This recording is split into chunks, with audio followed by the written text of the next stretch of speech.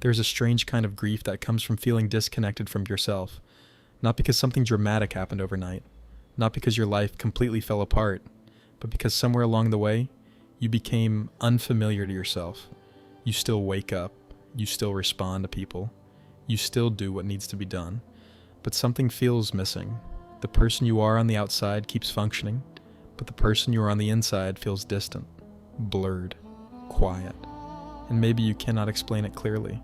You just know that the version of you moving through the world does not fully feel like you anymore. This is one of the most unsettling emotional experiences a person can have, because when you lose connection to yourself, everything else starts to feel strange too. Your relationships feel harder to trust. Your choices feel heavier. Your emotions feel confusing. Even rest does not feel like rest, because you no longer know what truly restores you. Many people think this means they are broken, but often it means something else. It means you adapted for too long, you adjusted, you performed, you stayed appropriate, you became what was needed, you became what was accepted, you became what caused the least friction. And slowly, without noticing it, you moved further and further away from the parts of yourself that once felt natural. This is how self-loss usually happens, not in one moment, but in small betrayals repeated over time.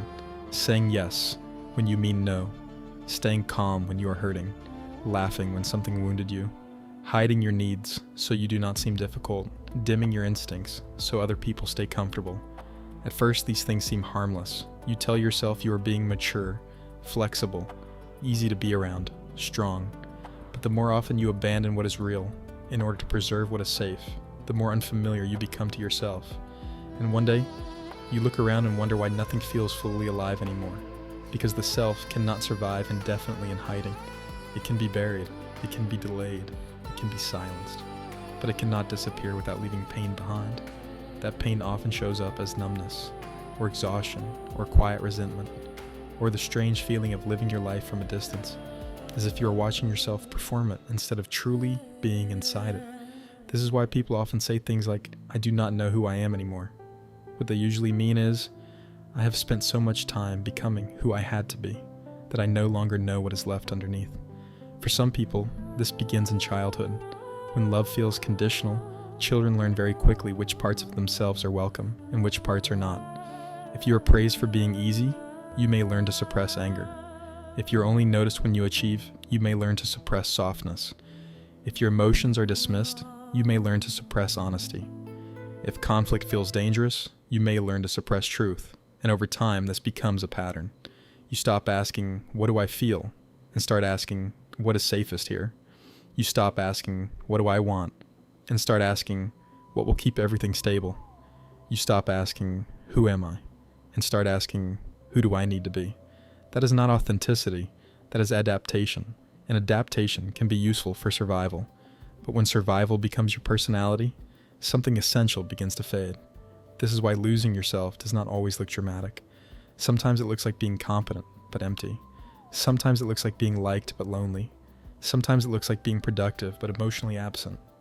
Sometimes it looks like being endlessly available to others while becoming inaccessible to yourself. And the tragedy is that from the outside, it can all look fine. You may even seem calm, capable, reliable, composed. But inwardly, there is a growing distance between your life and your truth. That distance creates suffering because there is a deep exhaustion that comes from living too far away from your real feelings. You can feel it when you make choices that look right but feel wrong. You can feel it when people compliment the version of you that was built to cope. You can feel it when you are surrounded by people and still feel unseen. You can feel it when your own reflection starts to feel more like a role than a person. And if that distance goes on long enough, you may stop trusting your inner voice entirely. You second guess everything. You become disconnected from desire. You struggle to know what you genuinely want. Even simple decisions begin to feel strangely difficult, not because you are incapable, but because self-trust becomes weak when the self has been repeatedly ignored. This is why finding yourself again is not about inventing a new personality.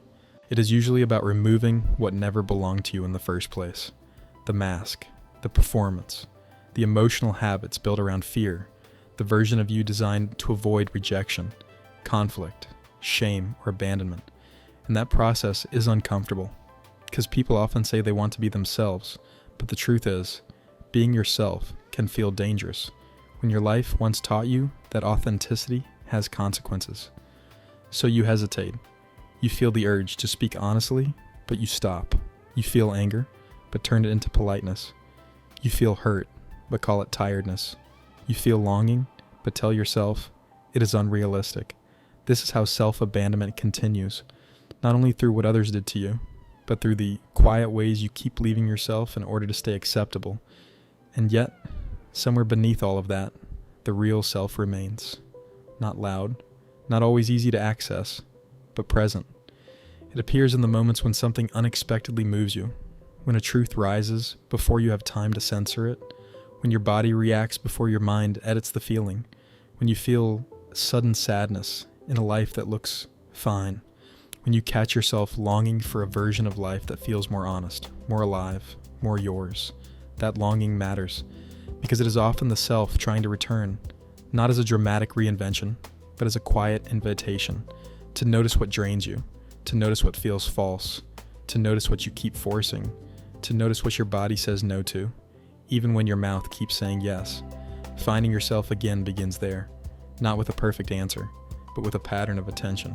Paying attention to what feels heavy, to what feels dead, to what feels performative, to what feels strangely relieving when you stop pretending. The return to the self is rarely sudden. It happens in small acts of honesty, telling the truth when you would normally smooth it over, admitting you're hurt when you would normally stay composed, resting without earning it, choosing what is real over what is impressive, allowing yourself to disappoint the image others have of you. That is where something begins to change, because every time you stop abandoning yourself, even in a small way, you rebuild trust, and self-trust is what makes a person feel real again. Not perfection, not confidence, not external validation, trust. The kind that says, I can hear myself, I can feel what is true, I do not have to disappear in order to be loved, I do not have to become someone else just to belong. So if you no longer feel like yourself, do not rush to ask, what is wrong with me? A better question may be, where did I start leaving myself? Because the answer is rarely nowhere.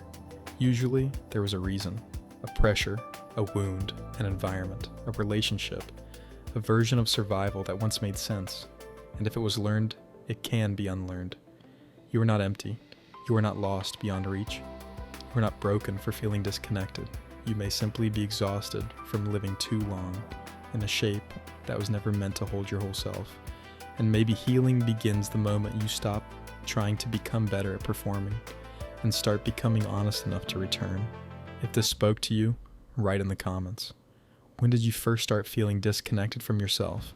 And for those exploring the deeper personality patterns behind these videos, the framework behind this channel is linked below.